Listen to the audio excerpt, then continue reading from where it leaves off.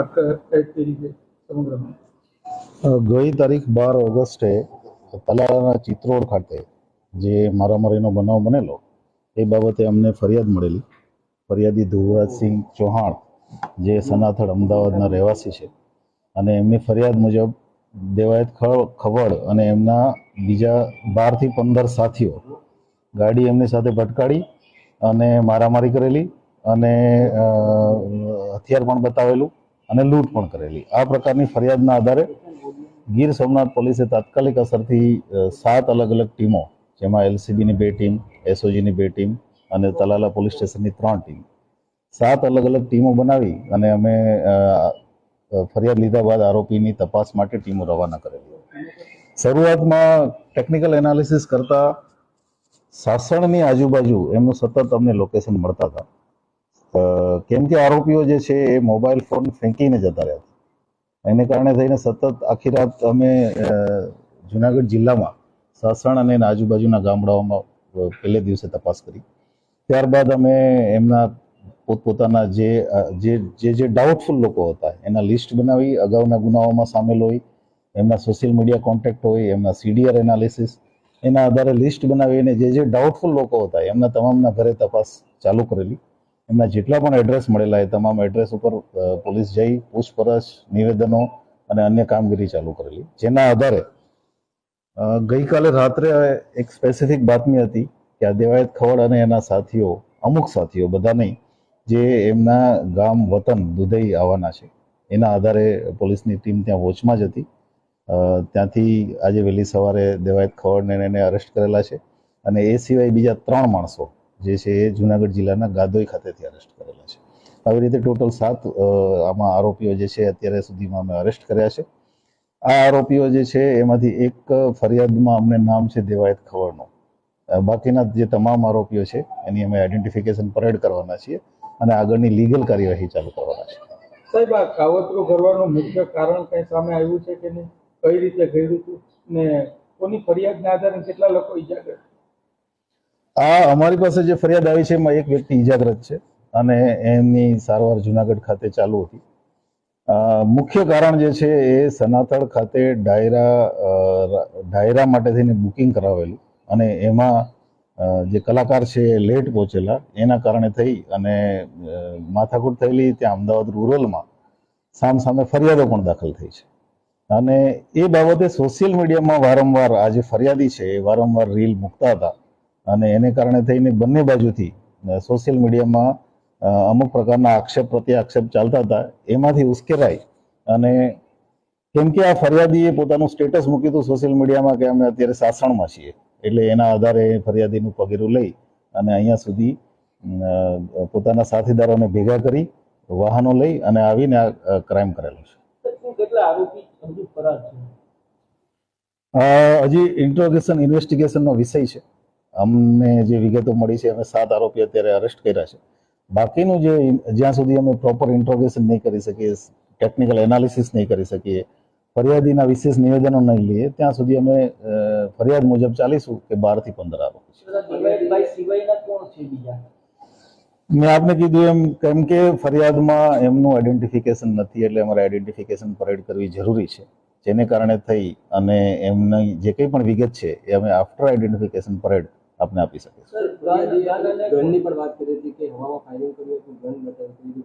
અમે હજી આજે સવારે જ આરોપીઓને ત્યાંથી સુરેન્દ્રનગરથી અરેસ્ટ કરી રાઉન્ડ અપ કરીને લાવ્યા છીએ. અત્યારે હજી ઓફિશિયલી અરેસ્ટ કરવાના અમારે બાકી છે.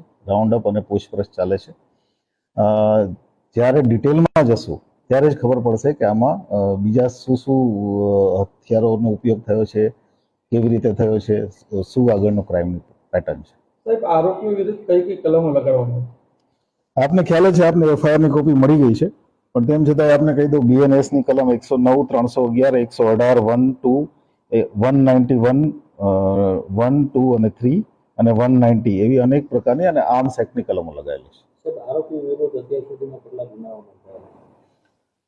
કેમ કે જે દેવાયત ખવડ છે એનું નામ છે એફઆઈઆરમાં અને એનું હિસ્ટ્રી અમારી પાસે છે, તો એની વિરુદ્ધમાં અત્યાર સુધીમાં 5 ગુના નોંધાયેલા છે. જેમાં એક એટેમ્પ્ટ ટુ મર્ડરનો રાજકોટમાં છે, એક જે ગુનો છે સનાથડ ખાતે જે ચીટિંગનો ગુનો છે, અને એ સિવાય આર્મ્સ એક્ટના ગુના છે.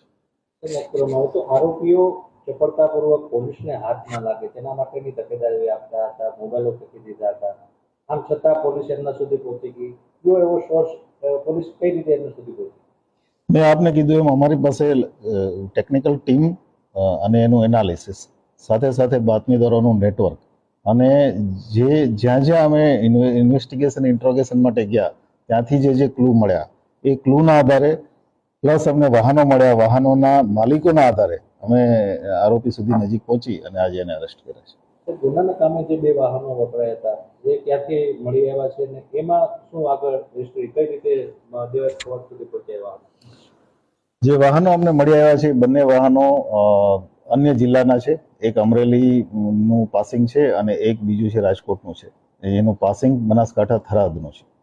આ વાહનોની ડિટેલ કાઢતા અમને વાહનોના માલિકો ઇન્ટ્રોગેશન કરવાનો મોકો મળ્યો અને ત્યાર પછી અમે આમાં આગળ વધી શક્યા. આ બંને વાહનો 15-20 દિવસ પહેલેથી જે તે વ્યક્તિઓ દ્વારા એમના સાથીદારો આરોપીઓ દ્વારા લેવામાં આવ્યા હતા અને ત્યાર પછી આ ક્રાઇમમાં ઉપયોગ થયો છે. ગીર સોમનાથ પ્રવાસન માટેનું કેન્દ્ર પ્રવાસ પર હુમલો થાય પોલીસ માટે કેવી પડકાર છે? પોલીસ માટે આપને ખ્યાલ જ છે કે અમે આ કેસ 3-4 દિવસ પહેલાનો બનાવ છે અને આજે લગભગ મોટાભાગના આરોપીઓ પકડાઈ ગયા છે. આ સિવાય પણ આ જિલ્લામાં જેટલા પણ અમે 5 ગુજસીટો કરી છે એક પણ આરોપી બાકી નથી પકડવાનો. અમે જેટલા શરીર સંબંધી નાના પણ બનાવો બને છે એમાં બહુ મજબૂતાઈથી અને ગીર સોમનાથ જિલ્લા પોલીસ કડકાઈથી કામગીરી કરી અને તમામ આરોપીઓ અમે પકડી લીધા છે.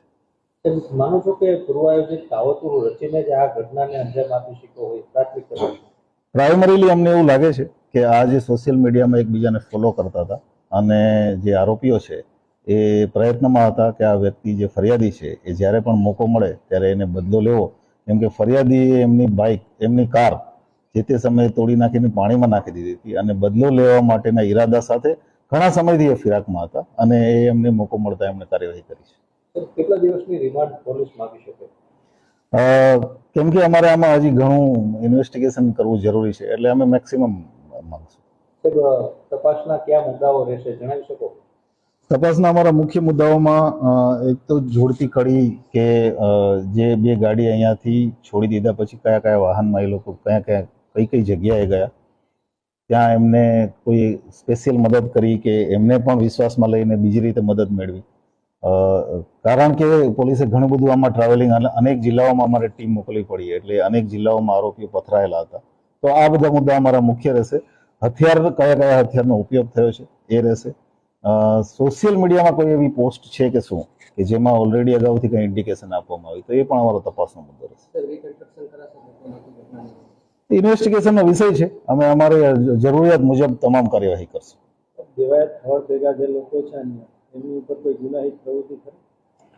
જુગારના કેસીસ છે, નાના મોટા મારામારીના કેસીસ છે. મેજર કોઈ અત્યારે જે અમને, કારણ કે ખૂબ જ પ્રાઇમરી વિગત છે અમારી પાસે એટલે જ્યાં સુધી અમે એનું પ્રોપર ડિટેલ નહીં કાઢીએ, ઇન્વેસ્ટિગેશન પ્રોપર નહીં કરીએ ત્યાં સુધી આપને બહુ ડિટેલમાં નહીં કહી શકીએ.